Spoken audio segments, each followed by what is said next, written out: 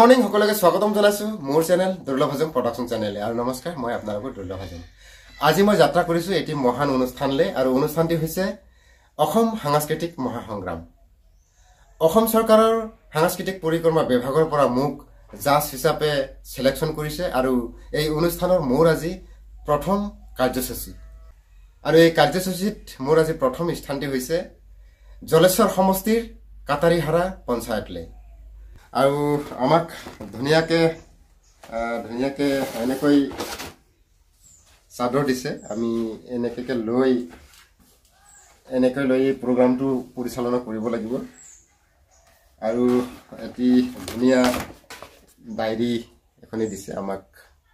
আছাব আপোনালোকে ইয়াতে আৰু জাৰ্চিট বিলাক দিছে আমি এইবিলাক লৈ পৰিচালনা কৰিব লাগিব আজি আমাৰ অনুষ্ঠানটি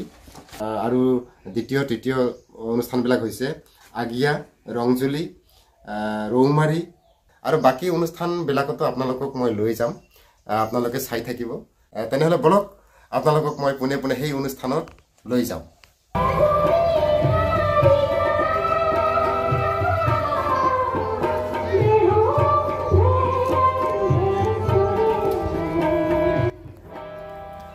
আৰু ইয়া হৈছে মোৰ জাজ বন্ধু অমিতাভ দাস আৰু লগতে মোৰ পিছফালে ইয়া অনিতা বৈশ্য বাইদেউ আমাৰ সকলোৰে মন একেলগে মিলিছে কাম কৰি খুব ভাল লাগিছে আমাক জলেশ্বৰ সমষ্টিত এনেকৈ বিহু নাচিবলৈ প্ৰয়াস কৰিছে অডিঅ' কেছেট বজাই নৃত্য কৰিছে এনেকৈ সেইকাৰণে মই শুনাব নোৱাৰোঁ গানটি বজাব নোৱাৰোঁ কপিৰাইট আহি যায় ভাল লাগিছে চেষ্টা কৰিছে এই জলেশ্বৰ সমষ্টিত এনেকৈ নাচিবলৈ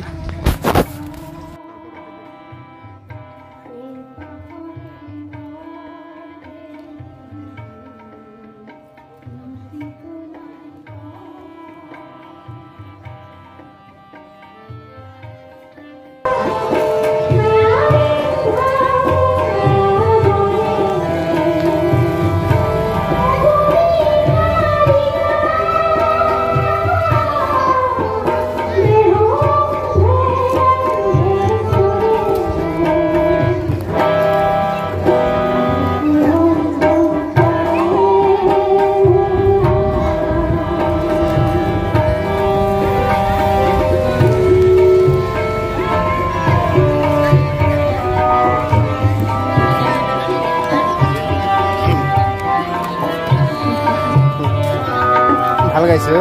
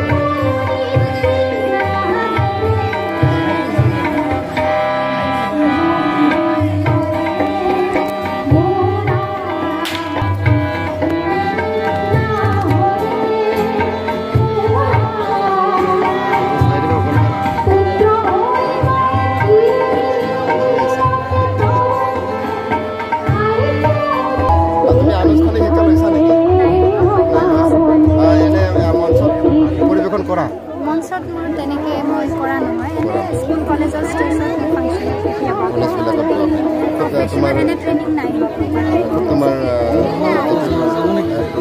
ভইচ তোমাৰ কণ্ঠ খুব মিঠা আমি কৰিছোঁ আগলৈ আগবাঢ়ি যাবা আৰু পাৰিলে অকণমান তালৰ মাজে মাজে অকণমান প্ৰব্লেম হয় কিন্তু তোমাৰ মিউজিকেলৰ অকণমান প্ৰেক্টিছ এতিয়া ভাল কথা তুমি আগবাঢ়িছা এইটো তোমাৰ পেহী হয় ন ঠিক আছে পেহীয়ে খুব ধুনীয়াকৈ লৈ আহিছে আৰু পৰিৱেশন কৰাইছে ধন্যবাদ জনাইছোঁ আপোনাক থেংক ইউ